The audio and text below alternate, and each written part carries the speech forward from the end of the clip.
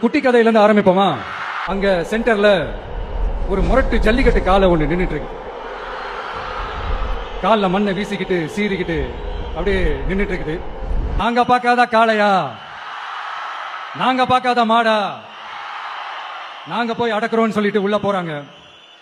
ஒருத்தராலையும் அந்த காளையை தொடக்கூட முடியல. எல்லாரையும் அடிச்சு வீசி தூக்கி போட்டுருச்சு.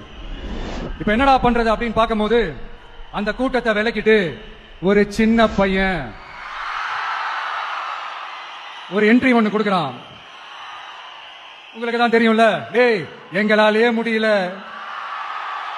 நீ எல்லாம் என்னத்தை போய் கிழிக்க போற, எங்களுக்கு அவ்வளவு அனுபவம் இருக்குது, நாங்களே அடிபட்டு ஓரமா படுத்து கிடக்கிறோம், இவன் விளையாட்டு தனமா ஏதோ பண்ணிட்டு கிடக்கிறான், பாவம் அந்த காலை கிட்ட போய் அடிபட்டு சாவ போறான், பச்சா பையன், அந்த பையன், இந்த பையன், அண்டர் எஸ்டிமேட் பண்ண. அந்த சின்ன பையன் எதுவுமே காதலியே போட்டுக்காம ரெண்டு பாக்கெட்லயும் கைய விட்டுக்கிட்டு ஸ்டைலா கெத்தா உள்ள போறான். ஒரு ஸ்டெப் எடுத்து வைக்கிறான், அந்த கால் அப்படியே சீறிக்கிட்டே நின்னுட்டு இருக்குது. இன்னொரு ஸ்டெப் எடுத்து வைக்கிறான், கால் அப்படியே சீறிக்கிட்டே முன்னாடி வருது. மக்கள் எல்லாரும் பதட்டத்தோட அப்படியே பார்த்துட்டு இருக்காங்க.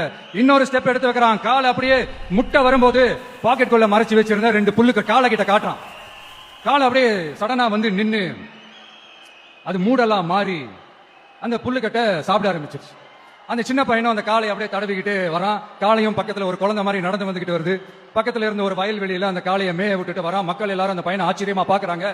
அந்த அடிபட்டு கிடந்த அந்த அனுபவசாலிங்க அங்க ஒரு பெரியவர் வரார். வந்து அந்த பையன் கிட்ட கேட்கிறாரு, எப்படிப்பா இப்படி ஒரு முரட்டு காலை சீறிட்டு நின்னுட்டு இருந்தது, எப்படி அந்த காளையை அடக்கணும் அப்படின்னு கேட்டதுக்கு அந்த பையன் சொல்றான், ஐயா எனக்கு அந்த காளையை பார்த்தா கோவமா இருந்த மாதிரி எல்லாம் எனக்கு தெரியல, அந்த காலை பசியோட இருந்த மாதிரி இருந்தது, அதனாலதான் அந்த புல்லுக்கட்டை காமிச்சவன ஓகே நமக்கு தேவையானது கிடைச்சிருச்சு அப்படின்னு அந்த புல்லுக்கட்டை சாப்பிட்டுட்டு நம்மளோட அப்படியே ஜாலியா வாக்கிங் வந்துருச்சு அப்படின்னு சொன்னான். இதை கேட்ட அந்த பெரியவர் சொன்னாரா,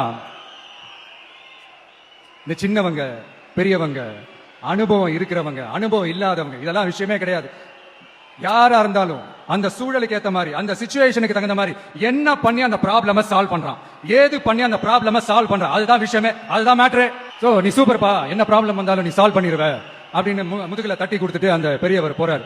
இப்போ அந்த கதையில அந்த முரட்டு ஜல்லிக்கட்டு காலை தான் நம்ம தமிழ்நாட்டு அரசியல் களம், அந்த பெரியவர் தான் நம்ம தமிழக மக்கள். அந்த பாக்கெட்டுக்குள்ள ஸ்டைலா தில்லா கெத்தா ஒருத்தன் உள்ள வந்தான் பாருங்க, அவன் தான் நான் இல்ல, நானு நீங்க நாம எல்லாருமா சேர்ந்து மாபெரும் மக்கள் சக்தியா இருக்கக்கூடிய நம்ம டிவிக்கு. அதுதான் அந்த சின்ன பையன்.